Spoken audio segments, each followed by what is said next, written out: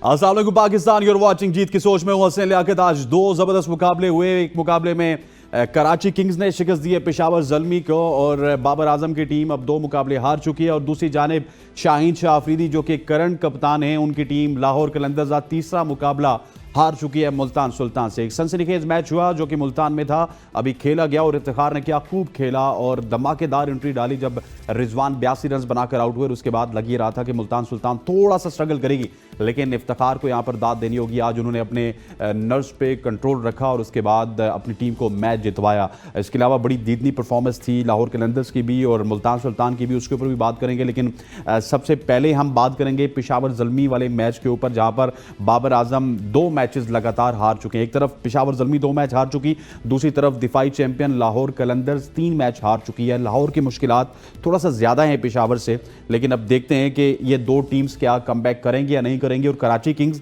जिनकी बॉलिंग तो उसके क्या ही कहने हैं, वो कहीं नज़र नहीं आते, लेकिन आज मेरा ख्याल है कि उनके जो कप्तान हैं उन्होंने दिमाग से अपने जो ऑप्शंस थे उनको अप्लाई किया और आज वो रन्स हमें जो है वो बचाते हुए भी नज़र आए और विकेट लेते हुए भी नज़र आए। इस तमाम तरह मैच के ऊपर डिस्कस करने के लिए हमारे साथ मौजूद हैं स्टूडियो में सीनियर स्पोर्ट जर्नलिस्ट जनाब एमन नजीब सद्दी साहब। Sir thank you very much for joining us. और उनके साथ मौजूद हैं हसन रज़ा साहब। हसन रज़ा साहब का तो तारुफ क्या ही करवाना, रोज़ हमारे साथ होते हैं, साबिक टेस्ट क्रिकेटर हैं। Sir thank you very much for joining us. Thank you very much. सबसे पहले अगर बात करें पहले मैच की जो कि पहले हुआ, उसके ऊपर पहले बात करनी है। पेशावर आज दूसरा मुकाबला हार गया और ये 7वीं आउटिंग थी पेशावर की कराची के खिलाफ, और इससे पहले वो 6 मैच लगातार जीते हुए थे कराची के खिलाफ, लेकिन आज कराची ने बिला आखिर शिकस्त दे दी है पेशावर ज़ल्मी को। बिल्कुल, कैप्टनसी की हम बात कर रहे हैं अगर, तो देखिए 6 टीमें इस फ्रेंचाइज में और कैप्टनसी बड़ी इंपॉर्टेंट रोल अदा करती है। शादा आपने पहले मैच में देखा तो आपने कैप्टनसी की थी, फिर डाउन द ऑर्डर आए वो, उसके बाद फिर शान मसूद ऐसे कैप्टन है कि जो पाकिस्तान टेस्ट टीम की रिसेंटली कैप्टनसी उन्होंने अभी की है। तो वहाँ पर जो शान मसूद जिस तरह से मैच को लेकर चल रहे थे, वो आउटस्टैंडिंग बैटिंग कर रहे थे, मगर वही डिफरेंट आया था कि फ्रेंचाइज में कुछ प्लेयर जो लास्ट ईयर कोई और फ्रेंचाइज में खेल रहे थे, इस दफ़ा कोई और फ्रेंचाइज में खेल रहे हैं। Again Kieron Pollard Multan Sultan की तरफ से खेल रहे थे और इस दफ़ा कराची किंग्स से खेल रहे हैं।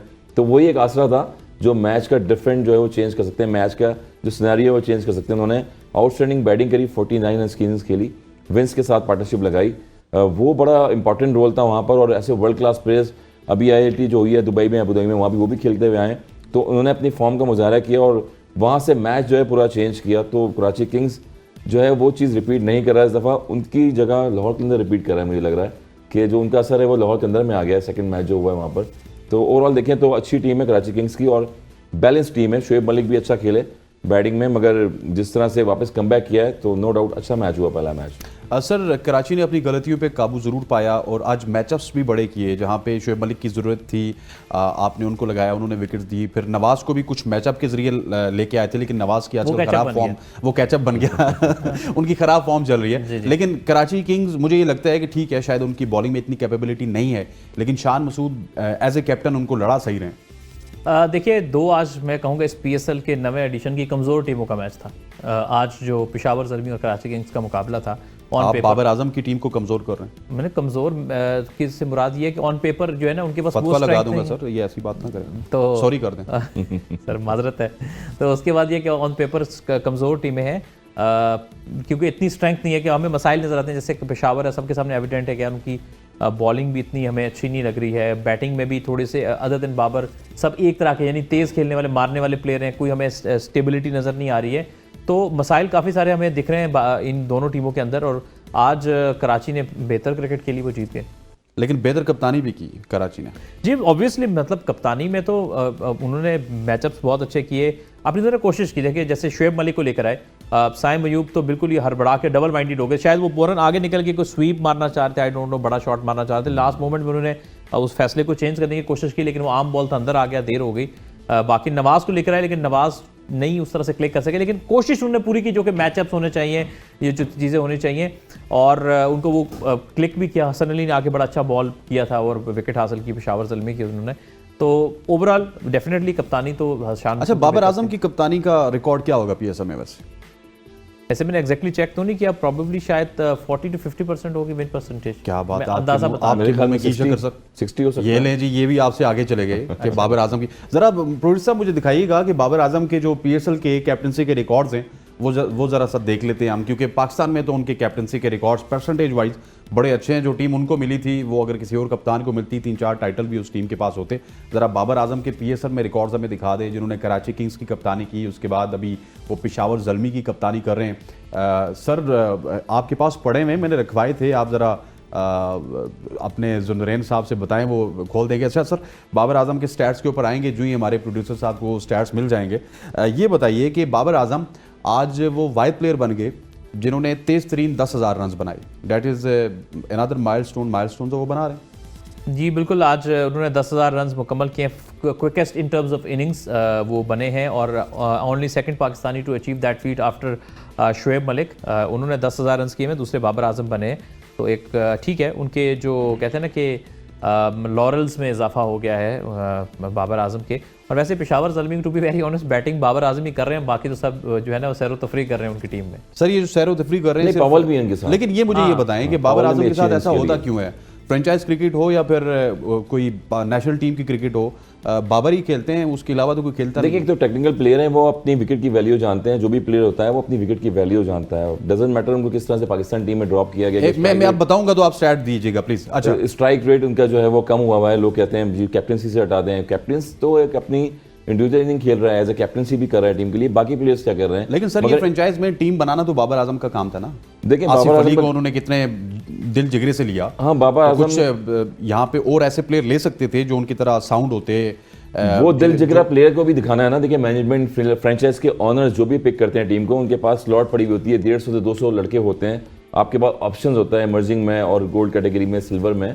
तो जब ऑप्शन होता है तो उसमें आपको पता होता है कि टीम का मैंने स्लॉट क्या बनाना है। तो बाबर आजम ने आसिफ अली को पिक किया, मगर आसिफ अली को अभी तक ये समझ नहीं आ रही है कि आपने पाकिस्तान की क्रिकेट खेली हुई है, आपने बेतहाशा 4-5 साल से क्रिकेट खेल ली है, एक ही शॉट खेल रहे हैं आप, लॉन्ग ऑन पे जाके वहाँ पर खेलते हैं आप, या मिड ऑन पे आउट होते हैं या मिड विकेट पे आउट होते हैं। तो क्रिकेट जो है इनसाइड आउट भी खेलने की है। एलेक्स सेल्स खेलते हैं, कॉलिन मिनरो खेलते हैं, बहुत सारे चीज़ें आपको पता है, ये बाबर आजम को भी पता होनी चाहिए। बाबर आजम की कप्तानी का आप रिकॉर्ड देख लेते हैं। आपने 40-50% कहा, सर ने तो 60% कह दिया, लेकिन बाबर आजम के जो PSL में कप्तानी के नंबर्स हैं वो हैरान कुन हैं। ये आपके सामने आ रहे हैं इस वक्त। बाबर आजम ने 24 मैचेस में कप्तानी की है और 6 मैचेस जीते हैं, 18 हारे हैं और परसेंटेज उनकी 25% है। सो एमर, ये रिकॉर्ड्स हैं बाबर आजम के PSL में। देखिए, इसको मैं दूसरा रुख भी आप लोगों को दिखाना चाहूँगा। उसकी वजह यह है कि इनके रिकॉर्ड इसलिए नीचे गए कि ये पहले कराची किंग्स में थे और कराची किंग्स में भी आपको पता है कि एक कप्तान के साथ टीम का माहौल, प्लेयर कैसे हैं, वो सब इतना सेटल डाउन नहीं रहा है। डिस्पाइट के कराची किंग्स को जो है वो उन्होंने एक टाइटल भी जीता। आई थिंक 2020 में इन्होंने टाइटल लिफ्ट किया था, उसमें बाबर की बड़ी मेजर कंट्रीब्यूशन थी। ठीक है, मैं ये नहीं कहता कि बाबर आजम कोई कप्तानों की फहरिस्त में बहुत आउटस्टैंडिंग कैप्टन के तौर पर रेट किए जाते हैं, लेकिन थोड़ा टीम का भी होता है कि जब आपको टीम हो, माहौल हो, ये सब चीज़ें मैटर करती हैं। बॉलर्स, बैट्समैन, कीपर्स, दो स्ट्रगलिंग, यानी कराची स्ट्रगलिंग टीम थी, उसकी कप्तानी करके अब ये यहाँ पेशावर आया। पिछला सीजन ठीक था, इसमें स्टार्ट सर देखिए कराची में 9 के 9 मैच हार गए बाबर आजम। जी ठीक है। अब अगर पेशावर की बात कर लें, पेशावर में बाबर आजम 9+2 कितने हो गए? 11 हो गए। 11 में से 6 जीते हैं। तो यहाँ पे भी उनकी परसेंटेज वही है, बिलो 50 बजा रही है।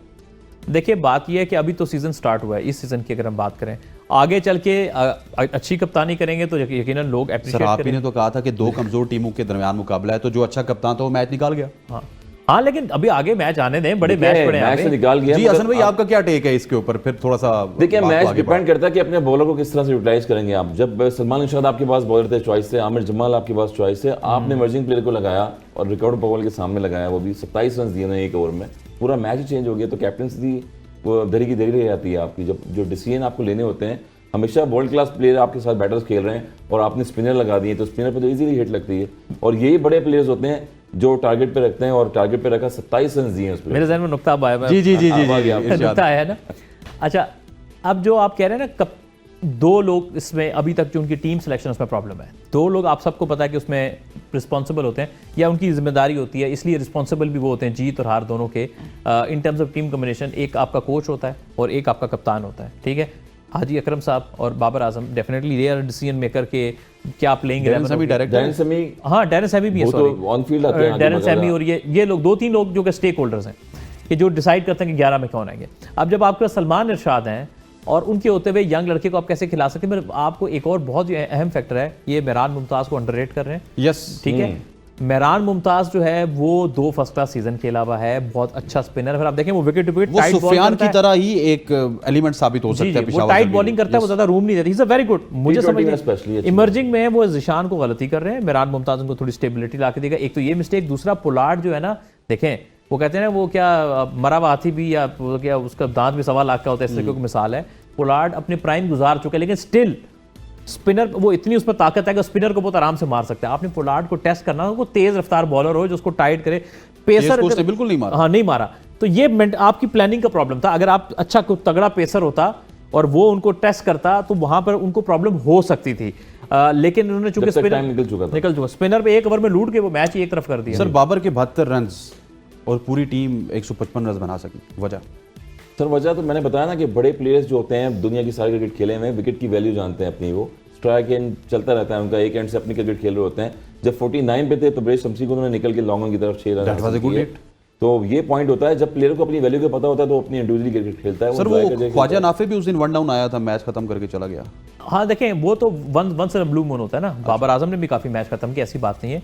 लेकिन बात यह है कि 152 for 0, वो और भी काफी मैच हैं, लेकिन मेरा 210 for 0 I think so. तो मेरा कहने का मकसद है नाफे की तो चलो अभी एक इनिंग्स है ना, अभी तो मेरे आगे मैचेस रहते हैं और जी अभी तो पहला मैच पहला खेला मैच है, अच्छी मेरा bowling कहने का मकसद आएगी है यार। बाबर बैटिंग बिल्कुल परफेक्ट कर रहा है और अच्छी फॉर्म में भी है, बैटिंग का कोई प्रॉब्लम नहीं है। ऐसा नहीं है कि वो कभी बिलो पार खेल रहा हो स्ट्राइक रेट के साथ। मसला ये है कि इनका टीम कॉम्बिनेशन का, मैं फिर वही नुकता दोहराऊंगा, इनका टीम कॉम्बिनेशन का इशू है, चाहे वो बैटिंग में हो चाहे वो बॉलिंग में हो। हसीबुल्ला इनके पास बाहर बैठे हुए हैं। आपको मिडिल ओवर में ना, मिडिल का फेस खेलने के लिए एक अच्छा प्रॉपर बैट्समैन चाहिए जो आपको अच्छे स्ट्राइक रेट के साथ इनिंग्स भी कैरी करते हैं। होता क्या है, सब इनिंग में ये हो रहा है कि बाबर खेल रहा है, 7 को टेक नहीं रहा, तो माइट भी हसीबुल्ला जो है वो क्योंकि फर्स्ट क्लास क्रिकेट भी अभी खेल के आया है, सो वो अगर टिक जाए और जो उनके पास जो पावर हिटर है सो कॉल्ड, तो वो आखिर का उनको फेस दे दिया जाए कि 3-4 ओवर जो भी मिलते हैं तो माइट भी वो ज्यादा अच्छे कैश इन कर लें। और आसिफ अली पे मैं एक बात जरूर करना चाहूंगा, अभी रहती है एक बात आसिफ अली के लिए। जी जी, कि I have huge respect for everyone who played for Pakistan, but sorry to say इतना चांस मिला आसिफ अली को इन ऑल दोज ईयर्स, मुझे कभी ऐसा फील नहीं हुआ कि उन्होंने अपनी लिमिटेशन पे काम किया। वो एक ही, जैसे हसन भाई बात कर रहे थे कि लगता है कि बस स्लॉग है कि सामने मारेंगे, मिड विकेट पे कोशिश करेंगे, कोई रिवर्स स्वीप नहीं, कोई पैडल स्वीप नहीं, कोई मॉडर्न डे शॉट्स नहीं, फिर 10 या 15 रन या 20 रन का कैमियो, वो भी 4-4 इनिंग्स अगर आप इंतजार करेंगे किसी प्लेयर का, और वो ऐसा प्लेयर होता है ऑलराउंडर कि बैटिंग में नहीं तो बॉलिंग में कर देगा। Pure as a batsman if you are playing, sorry to say, मेरा ख्याल है मेरी आपका क्रिकेट ना में सबसे पहले मैं शुक्रिया अदा करता हूँ जी। कि आप आए, एडवांस में कर देता हूँ, थैंक यू। क्योंकि आप आए तो मुझे लग रहा है कि हसन रजा भी फ्रंट फुट पे जा रहे हैं। अच्छा, Front foot ये पे तो जा पिछले रहे हैं, 2-3-4 दिन front से ये foot पे। बैक फुट पे खेल रहे थे, कट्स वगैरह मार रहे थे। मैं चाह रहा था कट कि तो फ्रंट वैसे फुट अच्छा पे था, आए हैं। मगर कट भी Extra मेरा cover अच्छा है, खेलें। मगर एक्स्ट्रा कवर बहुत अच्छा है मेरा इनसाइड आउट, जो कि वो सर, players खेले नहीं ना। मारे। जिनके अगेंस्ट हम बातें कर रहे हैं ना, आसिफ अली हो गए या हैदर अली हो गए, जितने भी इनिंग्स उठा के देखें तो सारे ऑन पे खेलने के शौकीन हो गए हैं। तो हर कोई रिजवान नहीं होता, शफल करके ऑफ साइड ऑफ स्टंप आता है। मेरे ख्याल में 80 रन उन्होंने किए तो सारे ऑन साइड पे किए हैं, और हर बंदे की कमांड होती है अपने शॉट खेलने की। ठीक। तो क्रिकेटर जो है ना वो है जो इनसाइड आउट भी मारे, ग्राउंड के चारों तरफ शॉट्स खेले। Let's have a look at the match summary of first match. इसके बाद क्योंकि ब्रेक आ जाएगी, ब्रेक के बाद हमने अगले मैच की तरफ भी मूव होना है। पहले मैच समरी देख लें, देखते हैं कि कौन सा ऐसा शख्स है जिसके ऊपर हमने डिस्कस नहीं किया। ये मैच समरी हमें बता सकती है। और ज़बरदस्त मैच हुआ, कराची वर्सेस पेशावर का लो स्कोरिंग मैच था, और कंप्रिहेंसिवली पेशावर ये मैच हार गया और कराची मैच जीत गया। Peshawar Zalmi, when we talk about Peshawar Zalmi, 19.5 overs में 154 रन बना सके। Babar Azam was once again top scorer, 72 in 51 deliveries, and Powell was second best scorer with 39 runs in 25 deliveries. When we talk about Karachi bowling, Hamza was pick of the bowlers, 3 for 28, and Hassan Ali 3 for 30. And Karachi Kings की बात की जाए तो Pollard was there with 49 runs in 21 balls, and Vince आज अच्छा खेले, 38 in 30 deliveries. Malik 29 गेंदों पे 29 रन, इस उम्र में मेरे ख्याल ये भी ठीक है। और अखलाक की भी काफ़ी इंपैक्टफुल इनिंग्स थी, 24 रन बनाए 13 गेंदों पर। और वुड की बात की जाए तो 2 for 20, एंड ये सलीम खेल साहब आज थोड़े से महंगे हो गए। सलाम खेल, वकास सलाम खेल। अच्छा सर, कैरन पोलार्ड दुनिया की लीग्स में ये कोच भी हो, अब आपके पड़ोसी मुल्क में कोच भी हैं, इंग्लैंड ने भी मेरा ख्याल है बैटिंग कंसल्टेंट रख लिया इनको, लेकिन अभी भी ये ILT भी खेल के आए, वहाँ पे भी अच्छी परफॉर्मेंसेज, PSL में भी अच्छी परफॉर्मेंसेज। सो ये बड़ी लीग्स ने इनको कोच क्यों रख दिया? कोच इसलिए रख लिया कि डेफिनेटली जो ज़्यादा कंपेटिटिव लीग्स होती हैं उसमें डेफिनेटली उनको पता है कि आप पोलार्ड में वो बात नहीं है। वो कहते हैं आपके जो जाते मतलब साल आपका होते कहने हैं। का मकसद ये है कि PSL कंपेटिटिव नहीं है। अब PSL competitive in terms of bowling है, लेकिन मुझे एक बात बताएं, PSL के स्टार्टिंग के सालों में इवन बड़े सुपरस्टार आए हैं काफी, बहुत ठीक है? बड़े। एवी डिविलियर्स, उसके बाद वक्त के साथ league in terms of value, money, broadcast ऊपर गई है, इन terms of quality, standard, each and everything पीछे गई है। अब आपने मुझे बोलने पे मजबूर कर दिया जी। है। आप कमेंट्री का स्टैंडर्ड देखें यार, उर्दू कमेंट्री को कमेंट्री है। मासवाए तारिक सईद को अगर आप साइड पे कर दें, वो भी उन्होंने 2-3 मैचेस के बाद इस ज्वाइन किया, आपके पीछे क्या उर्दू कमेंट्री है? एक कमेंटेटर जो है वो पैराशूटर है, एक बाकी आप जो है वो कमेंटेटर जो है वो आप जो है वो उर्दू इंग्लिश वाले कमेंटेटर को फोर्स उर्दू कमेंट्री करा रहे हैं। आपने इस मादरी जुबान के साथ मजाक कर दिया पाकिस्तान का। You are taking the Urdu commentary light. अंग्रेजों को लेके आते हैं, फॉरेनर्स को लेके आते हैं कि वो इंग्लिश कमेंट्री करेंगे, टॉप लेवल का टैलेंट। उर्दू कमेंट्री का क्या कसूर है? आपके मुल्क में एक से एक कमेंटेटर है, but you are not giving that value, और आपने लोगों को भी एडजस्ट करना है। बिल्कुल पॉइंट है, बड़ा अच्छा पॉइंट है आपका, और हमेशा Very valid point, sir. मादरी जबान हमारी उर्दू है। ऐसे भी कमेंटेटर हैं कि जिनका, क्योंकि मैं खुद कमेंटेटर रहा हूं, जिनका एक्सेंट ही उनकी कमेंट्री को सपोर्ट नहीं कर रहा। देखें, जब बचपन में आप कमेंट्री सुनते थे हॉकी की या क्रिकेट की, तो क्या कमेंट्री होती थी? सलीमुल्लाह से कलीमुल्लाह, कलीमुल्लाह से सलीमुल्लाह, और ये गोल। अच्छा, मैं एक commentary बहुत की- बड़ा नाम लूंगा, उमर कुरैशी का। बहुत बड़ा नाम लूंगा, क्योंकि मुनीर मैंने हुसैन, मुनीर हुसैन, जमशेद मेजर मार्कर, जलील, तो इतने बड़े बड़े नाम थे उस टाइम पे कि बॉल टू बॉल कर रहे हैं और क्रिकेट पे डिस्कशन करते हसन थे। वो सॉरी हसन भाई, मैं वो खैर बात कर रहा था कि हिंदी कमेंट्री को लोग कहते हैं ना बड़ी मसालेदार है और इस तरह से है, उनका वजूद बाद में आया है। Urdu commentary got the better legacy. हमारे पास उस वक्त वर्ल्ड क्लास नाम होते थे, चाहे वो जमशेद मार्कर, उमर कुरैशी, बहुत बहुत नाम है। ये अंग्रेजी के भी बहुत टॉप क्लास के कमेंटेटर थे उस वक्त हमारे पास, और उर्दू के भी। वक्त के साथ साथ सॉरी टू से ये सिफारिश, ये नेपोटिज्म, ये खा गई। जिस तरह हमारे मुल्क को खा गई ना, इसी तरह हमारी कमेंट्री के शोबे को भी खा गई। और हमारी क्रिकेट को भी खा जाएगी। खा गई है सर, खा गई है। और पीएसएल मुझे बताए ना, आप कई जगह पे 8 जुबानों में कमेंट्री हो रही है। आप आज ये नवा सीजन है, आप उर्दू की कमेंट्री 5 ओवर की कर रहे हैं, और वो 5 ओवर भी इस तरह करें जैसे सर से उतार कर फेंको। These are your priorities. अच्छे प्लेयर आपके पास आते नहीं है, आप जो है वो ब्रॉडकास्ट आपकी पहले से ऊपर से नीचे जाती है। ठीक हो गया, मतलब इन टर्म्स ऑफ आपको आज तक ये नहीं पता जो टीमों को चार्ज कैसे करते हैं दुनिया में, पता क्या होता है? अहमद नजीब और हसन रजा की सच्ची बातें जारी हैं, लेकिन यहाँ पर वक्त हुआ चाहता है एक शॉर्ट सी कमर्शियल ब्रेक का। ब्रेक लेंगे, वापस आएंगे तो इनसे और भी सच्ची बातें जो है वो उगलवाएंगे, और अगले मैच के ऊपर बात करेंगे जो कि अभी आधा घंटा पहले खत्म हुआ। Stay with us. Welcome back to show. अब हम बात करेंगे दूसरे मैच के हवाले से, लेकिन पहले मैं अपने पैनलिस्ट से बात करना चाहता हूँ। पाकिस्तान सुपर लीग में जो फील्डिंग का स्टैंडर्ड था वो काफ़ी बेहतर था, और हमें जितने भी क्रिकेटर मिले पीएसएल के बाद वो काफ़ी फुर्तीले क्रिकेटर भी हमें मिले। लेकिन ये जो सीज़न है, इस सीज़न में तकरीबन अभी तक 5वां दिन है या चौथा दिन है, और तकरीबन 18 से 19 कैचेस ड्रॉप हो चुके हैं। ये कैचेस के साथ क्या हो गया अमर साहब? देखिए, वो बड़ी बुनियादी बात करूँगा। टेस्ट क्रिकेटर बैठे हैं तो ये इस पर ज़्यादा अच्छी बात करेंगे। कैचेस में ये होता है कि आप ये देखें कि एक तो नीचे डोमेस्टिक लेवल पे इतने अच्छे फील्डिंग कोचेस नहीं है, क्योंकि वो होता है ना, आप फर्स्ट क्लास का खेल रहे हो या लिस्ट खेल रहे हो तो आपको कॉन्स्टेंटली आपको प्रैक्टिस करो, ड्रिल्स करते हुए आ रहे हो। फिर आपको ये फ्रेंचाइज क्रिकेट में आपको पता है इतना ज़्यादा फोकस नॉर्मली नहीं होता, और उसके बाद इनकी बेसिक्स ठीक नहीं है। बेसिक्स क्या ठीक नहीं है? आप इनका कैचिंग स्टाइल देखें। नॉर्मली आपको सिखाया जाता है ना कि बॉल आ रहा है, आपने जल्दी बॉल के नीचे आना है, और फिर आपका प्रॉपर एक होगा कि आपने यूँ सॉफ्ट हैंड से लेना है और उसको आपने यूँ क्लोज करना है। हमारे यहाँ जी पहले भाग कर आप इनका स्टाइल देखें ज़रा, ये बड़ा मज़ाक़ खेज़ बात भी है। कोई यूँ पकड़ता है, किसी ने यूँ हाथ किया हुआ है, वो क्या लगता है आपको, कोई पता नहीं हथकड़ियाँ लगी हुई हैं, कोई सजा हो गई है, बाल को ही रहे होते हैं, पता नहीं। उसके बाद फिर ना क्या बताते हैं कोचिंग मैनुअल्स में, आपने भाग के जल्दी बॉल के नीचे आके पोजीशन हो जाना, you should be in the perfect position, stable base के साथ आपने कैच करना ताकि आप स्टेबिलिटी भी हो, आंखें बॉल के ऊपर, और लास्ट मोमेंट पे आप आके बॉडी के करीब उसको कैच करें। अच्छा, खुशदिल शाह साहब कुछ में लेट रहे हैं, कुछ में यूं उनका बैलेंस है, कुछ में टांग इतनी खुली हुई है, मतलब ये वो अब इनको यानी कि कब सिखाएंगे कैचेस का, बताएं ना। इंटरनेशनल प्लेयर है, इंटरनेशनल प्लेयर हैं। अभी देखें, किसी हम अकेडमी चला रहे हैं, बड़े सारे कोचेज होते हैं, सीधा जैसे दुआ मांगते हैं ऐसे कैच पकड़ते हैं, कभी भी ऐसे आम में कभी कैच नहीं पकड़ते, फिंगर पे बॉल लगती है आपकी। ये तो बेसिक क्रिकेट होती है और बताने की होती है। खुशदिल शाह वो प्लेयर हैं जिनको आप बता रहे हैं ऑलरेडी 60 से 70 वो मैचेस खेल चुके हैं पीएसएल के, T20 के। तो जॉन्टी रोड्स मुझे याद आ गए कि जॉन्टी रोड्स क्या बड़ी बात की पाकिस्तान टीम में जब कैंप लगाया था, मैं एक चीज बता रहा हूँ आपको, पाकिस्तान टीम का जब कैंप लगाया था जॉन्टी रोड्स ने एज ए फील्डर, तो वाहिद मैं, शुएब मलिक, इमरान नजीर, हम 3 फील्डर बचे थे, बाकी सारे भाग गए थे फील्डिंग से।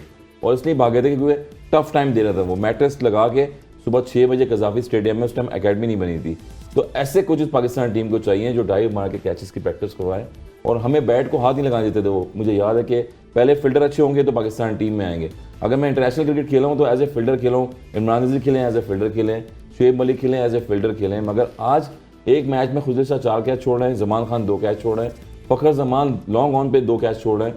तो अगर हमारे ज़माने में शायद 90s में अगर ये फील्डर होते उस टाइम पे, और वही हमारे जो बड़े थे लेजेंडरी प्लेयर्स, उनके बॉल पे कैच छूट जाते तो शायद मेरे ख्याल में वो स्टेडियम में नजर नहीं आते ये प्लेस। सर वो हमारे यहाँ तो लोग कहते हैं जिस तरह अगर आपसे कैच ड्रॉप हो जाए ना कि ये कुकड़ पकड़ रहे हो, बटेर पकड़ रहे हो। नहीं, स्टाइल बटेर पकड़ने वाला ही है, कैच नहीं ऐसे पकड़ा जाता कि आपने हाथ यूं खोला हो, ऐसा लगता है वो गेम खेलते अदूक इन कर रहे हैं, ठीक है ना, वो हम गेम खेलते होते थे। वो उससे तो आपकी मेरा एक्स पे ट्वीट किया थी वो ड्रॉप क्या वो कौन सी लीग, है ड्रॉप सुपर लीग?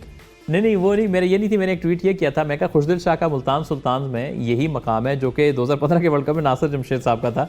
मैंने तफन्नुन में ये ट्वीट की और थी। एक कोई मैंने आज एक्स पे पढ़ी है कि catch drop super league is going on. देखिए ज़ाहिर बात है ना, 7 मैच हो चुके हैं और पूरी दुनिया वर्ल्ड में आपकी क्रिकेट जा रही है, वर्ल्ड के क्लास प्लेयर खेल रहे हैं आपके साथ। एक्स्ट्रा कवर पे देखिए सामने नजर आ रहा है, वहाँ कैच छूटा, लॉन्ग ऑन पे कैच छूटा है, तो और करंट पोलर्ड जैसे कैचेज अगर उनके छूट जाएंगे, रिजवान से भी एक्सपेक्ट नहीं कर रहे थे, मैं आज उनसे भी एक कैच छूट गया बिहाइंड द स्टंप्स।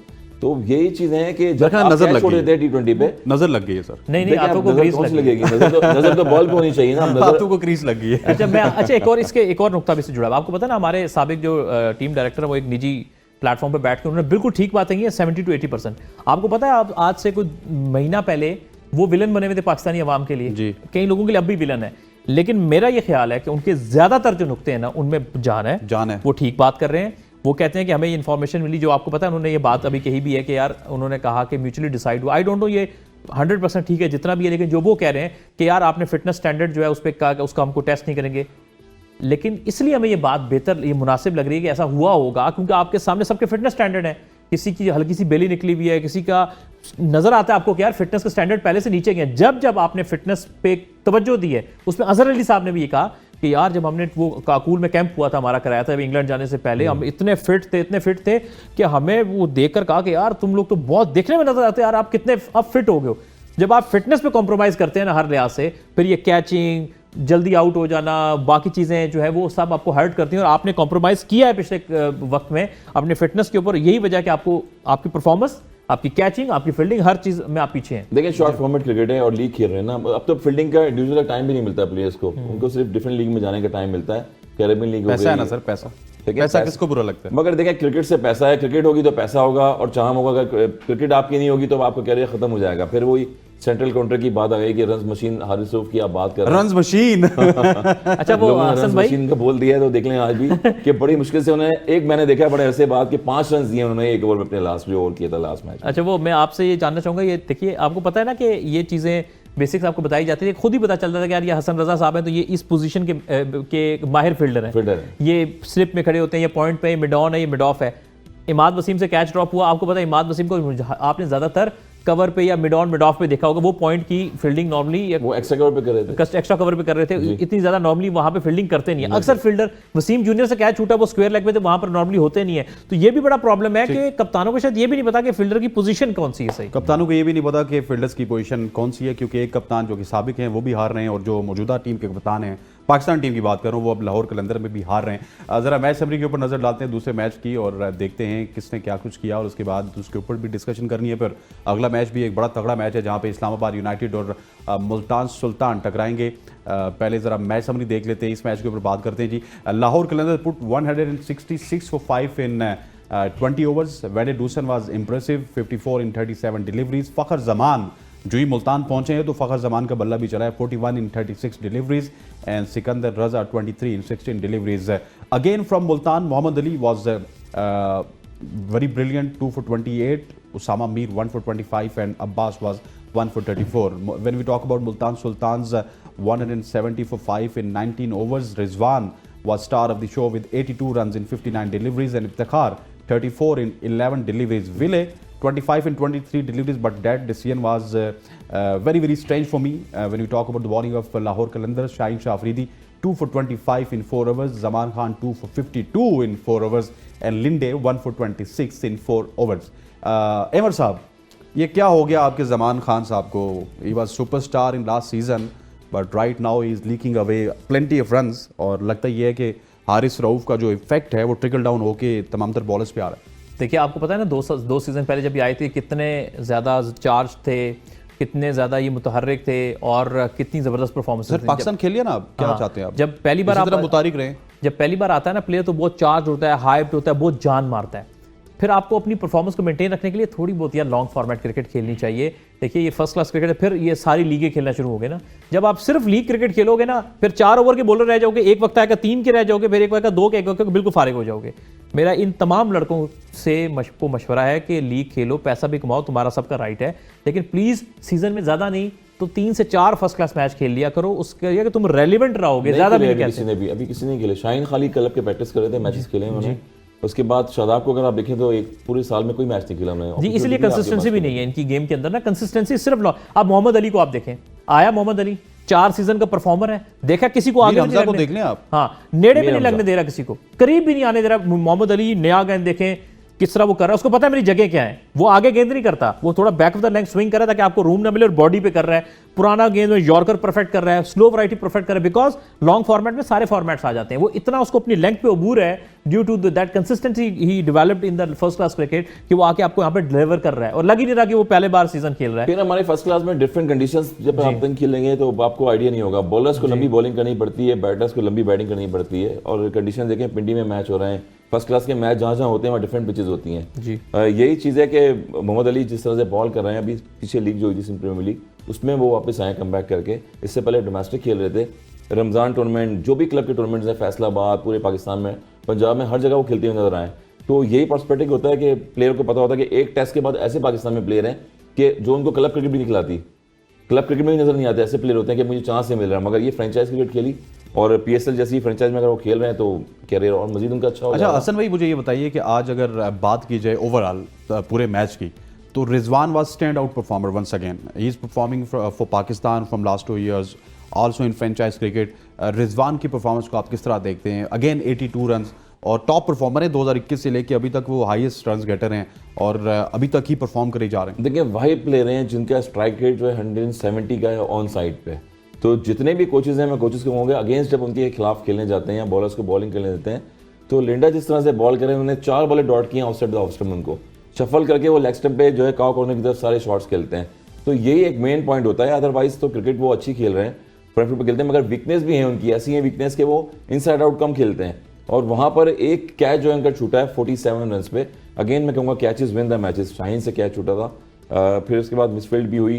तो अगर बॉलर्स जब जो है वो बॉलर्स की गेंद पे कैच छूट जाएगा ऐसे बैटर्स का कि जो पूरा मैच लेके चल सकता है, तो वहाँ पर मुश्किल हो जाती है। अदरवाइज शफल करके वो खेल रहे हैं, फास्ट बॉल अच्छा खेलते हैं। स्पिनर पे आप देखें जितने भी स्पिनर्स थे सबको उन्होंने स्वीप शॉट्स खेली हैं और वहाँ पर जो है बाउंड्रियाँ हासिल करी हैं। तो यही है। फिर मैच का डिफरेंट क्या था बिटवीन के इफ्तिखार जब आए तो उन्होंने पूरा पासा पलट दिया मैच का, 11 बॉलों पे 34 रन किए। अगेन जो है हेजिटेशन शाहीन की उनकी नज़र आ रही थी, और नो डाउट कि दुनिया को पता है कि इफ्तिखार ऐसे बैटर्स हैं कि 6 छक्के जो हैं वो एग्जीबिशन मैच में वहाब रियाज को लगा चुके हैं, फास्ट बॉलर अपने चीफ सेलेक्टर को। तो अपने चीफ सेलेक्टर को तो आज शाहीन से भी जो है अपने कैप्टन से ही उनकी थोड़ी सी हेजिटेशन नजर आई बॉलिंग और बैटिंग। अच्छा सर, इफ्तिखार के हवाले से आपसे भी बात करना चाहूँगा। इफ्तिखार एक ऐसे प्लेयर हैं जो कि 3-4 मैचेस बड़े खामोश रहते हैं, फिर आउट ऑफ नोवेयर एक सुपरस्टार परफॉर्मेंस दे देते हैं। और अभी भी आप देखिए कि मुल्तान के मैच में कि इफ्तिखार ने आउटस्टैंडिंग परफॉर्म कर दिया और वन साइड कर दिया इस मैच को। इफ्तिखार की जगह कोई और प्लेयर होते तो शायद ये मैच आखिरी 1-2 गेंदों पे ज़रूर जाता।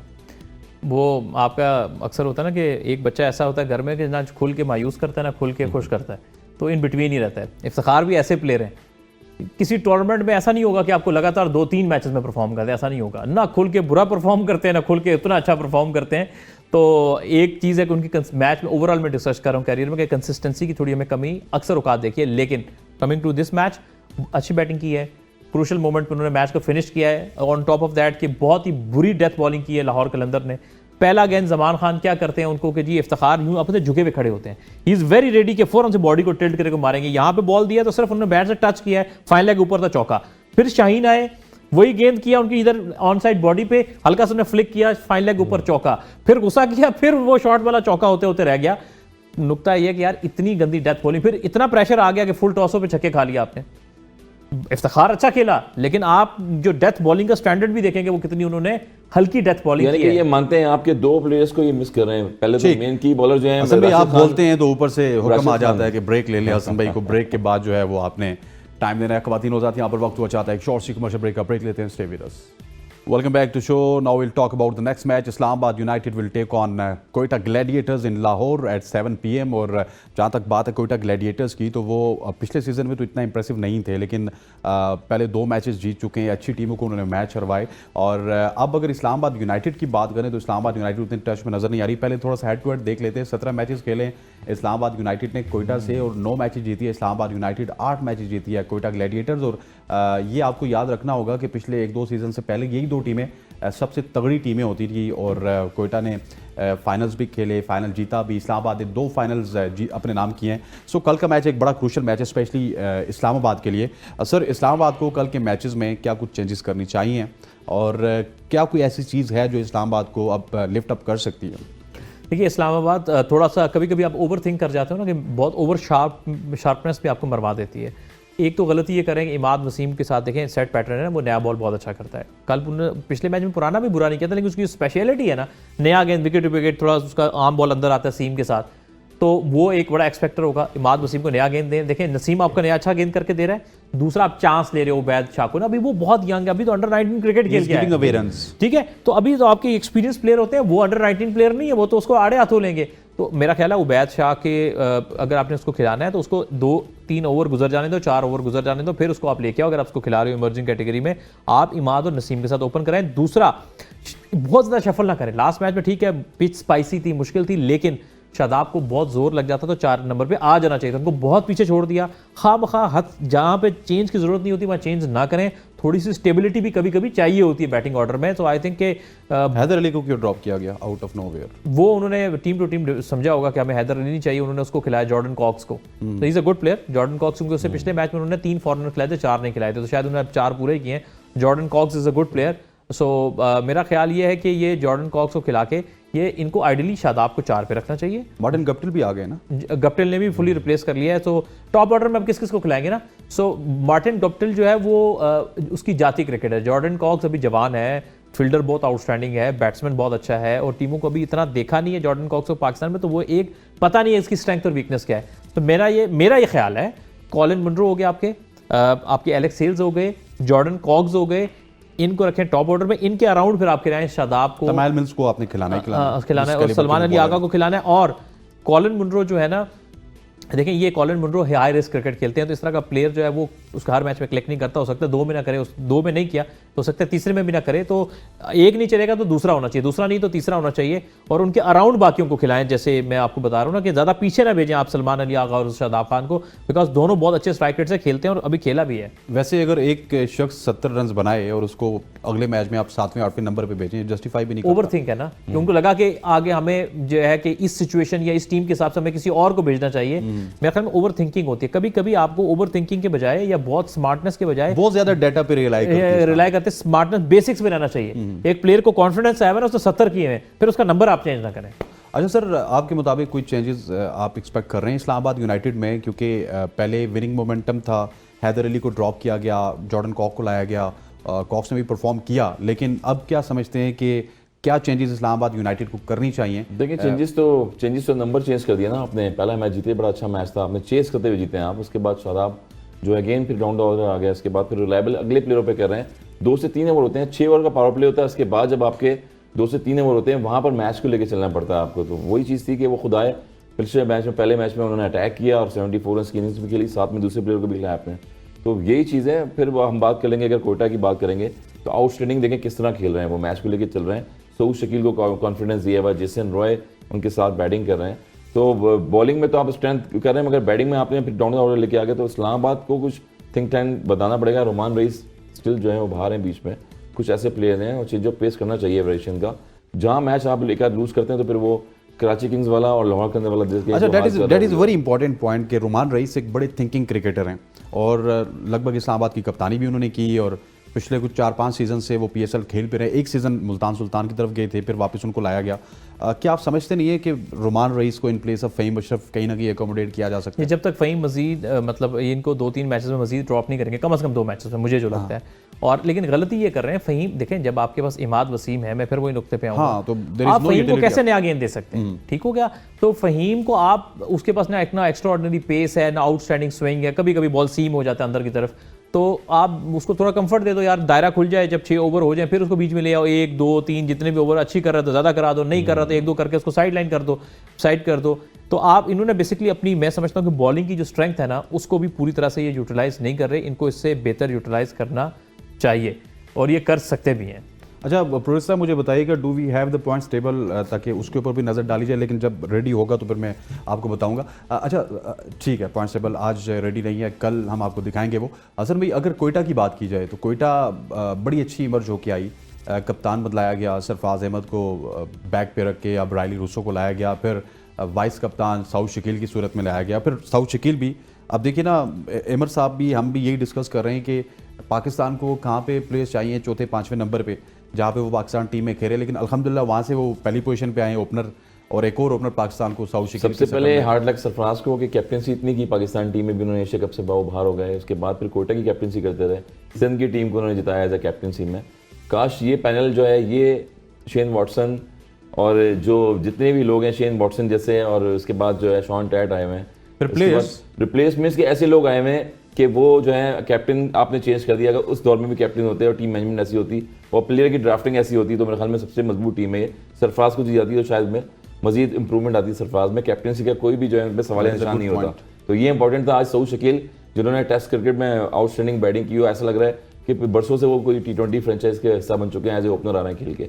तो लेकिन ये भी तो पॉइंट उठाया जा रहा है सरफराज पे ही कि सरफराज जब कप्तान थे कोयटा के तो उन्होंने तो साउथ को एक मैच भी नहीं दिया। 33 मैच बाहर। हाँ बिल्कुल, हाँ काफी मैचेस बाहर रहे, और कितने 22 33 33 मैच। देखें, देने को मैचेस फिर हैदर अली को दे देते हैं, देने को मैच खुशी साहब को खिला देते हैं, ना खिलाने को फिर किसी को नहीं खिलाते, और फिर नवाज को भी आपने ऐसे करके खिला दिया। लेकिन ये सिर्फ सरफराज का अकेले तो कसूर नहीं है ना सर, वहाँ पे पीछे टीम डायरेक्टर भी होता है, टीम मैनेजर भी होता है, इवन फ्रेंचाइज क्रिकेट है तो नदीम उमर साहब का भी बड़ा रोल हुआ होगा। नदीम उमर साहब खुद भी काफ़ी क्रिकेट में इंटरेस्ट लेते हैं, फिर मोइन खान साहब को पता है इनके हेड कोच रहे हैं काफ़ी साल, इस साल आके अभी सिर्फ चेंज हुए हैं, तो डेफिनेटली सबके ऊपर है कि नहीं हुआ, कर लेना चाहिए था। बात जो आप साउथ शकील की करते हैं, देखें मेरा अपना भी ख्याल है कि साउथ शकील की बेस्ट यूटिलाइजेशन भी एज एन ओपनर ही हो सकती है। मिडिल ऑर्डर में जब बॉल सॉफ्ट हो जाता है, फील्डिंग खुल जाती है, फिर मुश्किल, वो इतने पावर हिटर तो है नहीं। अब ओपन में क्या करें, वो स्मार्टली खेलते हैं कि एक स्कूप कर दिया, कुछ सामने से दायरे के ऊपर से स्मार्ट क्रिकेट खेलते हैं। देखिए बॉल पे नजर है ना, नजर है, बात कर रहे हैं बॉल पे, बैटर जहां खेल रहा होता है, सैम अयूब भी पहले सीजन में। लेकिन सर मेरा एक पॉइंट ऑफ व्यू है, आप दोनों से एक सवाल है जी कि आपकी जो PSL है ना, ये गेटवे बन चुका है पाकिस्तान क्रिकेट के लिए। अब इस PSL में मुझे एक बात लग रही है कि या तो इक्का दुक्का बॉलर आ जाता है, या फिर आप ओपनर ही प्रोड्यूस किए जा रहे हैं, हर शख्स आप ओपनर ही प्रोड्यूस किए जा रहे हैं। कोई फिनिशर हमें PSL से नहीं मिल रहा, कोई चौथे पांचवें नंबर का बैट्समैन हमें PSL से नहीं मिल रहा, एंड दैट्स द रियलिटी।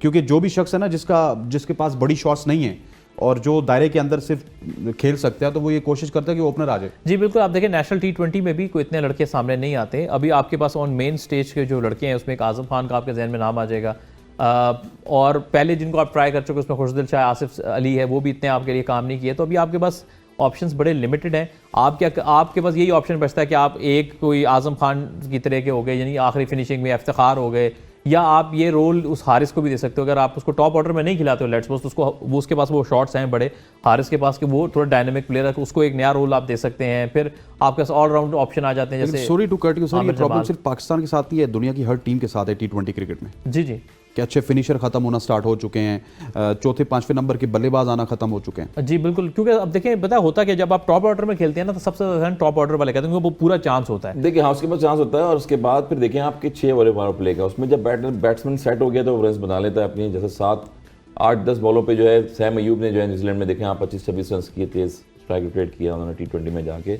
यही चीज़ है कि बॉल और रन कितने हो जाएंगे। आजम खान को 3 मैचेस मिले, उन्होंने क्या किया, ये बड़ा इंपॉर्टेंट होता है। और फिर एक चीज़ है, फ़र्क डिफरेंट ये होता है कि नंबर 4-5 पे आपको प्लेयर क्यों नहीं मिल रहा है कि आप टेस्ट में से उठा के 50 ओवर के प्लेयर डाल देते हैं, 50 ओवर का लेके फिर T20 में डाल देते हैं। शान मसूद को देखें अगर आप, तो 5 नंबर पे भी खेल गए हैं, 6 नंबर पे भी खेल गए हैं। यही इंपॉर्टेंट होता है। अगेन फिर वही बात है कि जाते के साथ ही आप स्ट्राइक रोटेट कर रहे होते हैं, जाके शॉटे खेल रहे हैं, तो टॉप ऑर्डर के पास 6 ओवर में पावर प्ले में खेलने का एडवांटेज होता है। इसलिए T20 फॉर्मेट ये हो गया क्रिकेट का। मतलब कि ये प्रॉब्लम सारी टीम्स के साथ रहेगी, सबके साथ रहेगी। बल्कि कुछ टीमों ने बताया क्या, जैसे इंग्लैंड वगैरह, उन्होंने क्या किया, अगर आपके पास टॉप ऑर्डर के फॉर एग्जांपल बहुत अच्छे ऑप्शन आ गए ना, कुछ को टॉप ऑर्डर में रख लिया, अगर वो बहुत अच्छे हिटर हैं या बड़े शॉट्स, उनको फिर बीच या लोअर ऑर्डर में भेज देते हैं। यानी आप जैसे लिविंगस्टन है, वो वैसे टॉप ऑर्डर में खेलते रहे, लेकिन लिविंगस्टन को इंग्लैंड ने एक रोल दे दिया कि नहीं यार अभी ऊपर जगह नहीं है, तो उनको वो मिडल में या कभी लोअर ऑर्डर में कहीं ना कहीं भेजते रहते हैं। तो आप ये भी कर सकते हैं अगर आपको कोई ऑप्शन। लेकिन प्लेयर फिर लिविंगस्टन जैसा हो ना, जो हर जगह पे जाके वो भी इतना कलेक्ट नहीं करते आपके सामने। लेकिन देखिए जब आप एज अ तगड़ा प्लेयर, देखिए पावर bowling में रेटिंग भी एक खेलते कॉन्सेप्ट है, पावर रेटिंग एक कॉन्सेप्ट है। पावर रेटिंग में जब आपके पास वक्त नहीं होता ना, आते साथ ही आपने शॉट बड़े मारने, फिर आपके आउट होने के पूरे चांस होते हैं। इसलिए कहा यह जाता है कि आपके जो फिनिशिंग है ना, इसको पावर हिटर कहते हैं, वो 2 से 3 होने चाहिए। अगर एक नहीं क्लिक करा तो दूसरा कर जाए, दूसरा नहीं करा तो तीसरा कर अच्छा जाए। सर, थोड़ा सा कोयटा के ऊपर बात कर लें। कोयटा बड़ा अच्छा परफॉर्म कर रही है, और जब मैंने बात की तो आप सरफराज के ऊपर ले गए, लेकिन Khawaja Nafay is a new find in this PSL। हम तो उसके पुराने जानते हैं, लेकिन अब चलें वो लोगों की नज़रों में आ गया। इसके अलावा एक और प्लेयर हैं, उसके हवाले से मैं बात करूंगा अहमद से। लेकिन आपसे ये पूछना चाहता हूं कि कोयटा क्या अब राइट ट्रैक पे जा चुकी है, और उनको जो विनिंग मोमेंटम चाहिए था वो उनको मिल चुका? बिल्कुल मिल चुका है। मैंने पहले ही बताया ना कि टीम की स्ट्रेंथ क्या है, माइंड सेटअप क्या चल रहा है, मैनेजमेंट में क्या चल रहा है। आपके डायरेक्टर मुइन खान आ गए और एक्सपीरियंस रह चुके हैं, इससे पहले उमर गुल भी थे साथ में। मगर नाफे जैसे प्लेयर को चांस दिया आपने, ज़्यादा जैसे लाहौर कलंदर की तरफ से खेलें, तो ये एक टीम का पर्सपेक्ट होता है कि किस तरह से टीम को चलाना है, लेके चलना है, क्योंकि स्ट्रगल भी किया इस टीम ने। अब फ्रेंचाइजी जितनी भी हैं, लाहौर कलंदर की फ्रेंचाइज बनी हुई है लाहौर में, इन्होंने बहुत ज़्यादा स्पेस लिया हुआ, बॉलिंग मशीन्स इक्विपमेंट्स लेके आए हैं, बच्चों को मौका देते हैं चांस का। मेरे ख्याल में कराची में भी ऐसी हो रहा है कि लाहौर कोयटा वाले जो हैं बहुत ज़्यादा काम कर रहे हैं इमर्जिंग प्लेस पे, वहाँ से ये प्लेयर्स ले। ठीक हो गया सर। उस्मान तारिक, जिस तरह अबरार को मार पड़ी है, अगर कोई किसी और को पड़ती तो वो खेल भी चुका होता, लेकिन Usman Tariq was very special in SPL। क्या उनको आप कल के मैच में खेलते हुए देख रहे हैं? मैंने तो उन पे तब बात की थी जब कम लोग बात जब कोई नहीं करता लेकिन था। अब अभी नहीं खेलेंगे वो, क्योंकि वो रिजर्व कैटेगरी में है अभी। लेकिन वो ये है कि आप आने वाले मैचेस में देखेंगे, आने वाले मैचेस में देखेंगे। अमर, आपका बहुत बहुत शुक्रिया, thank you very much. Hassan भाई, आपका बहुत शुक्रिया। ख़वातीन हज़रात, हमारे पास वक्त ख़त्म हो जाता है। इंशाल्लाह कल फिर आपके साथ हाजिर होंगे। देखते हैं कि इस्लामाबाद और कोयटा के मैच में क्या कुछ होगा। मुझे और मेरी पूरी प्रोडक्शन टीम को इजाज़त दीजिए। अल्लाह हाफ़िज़।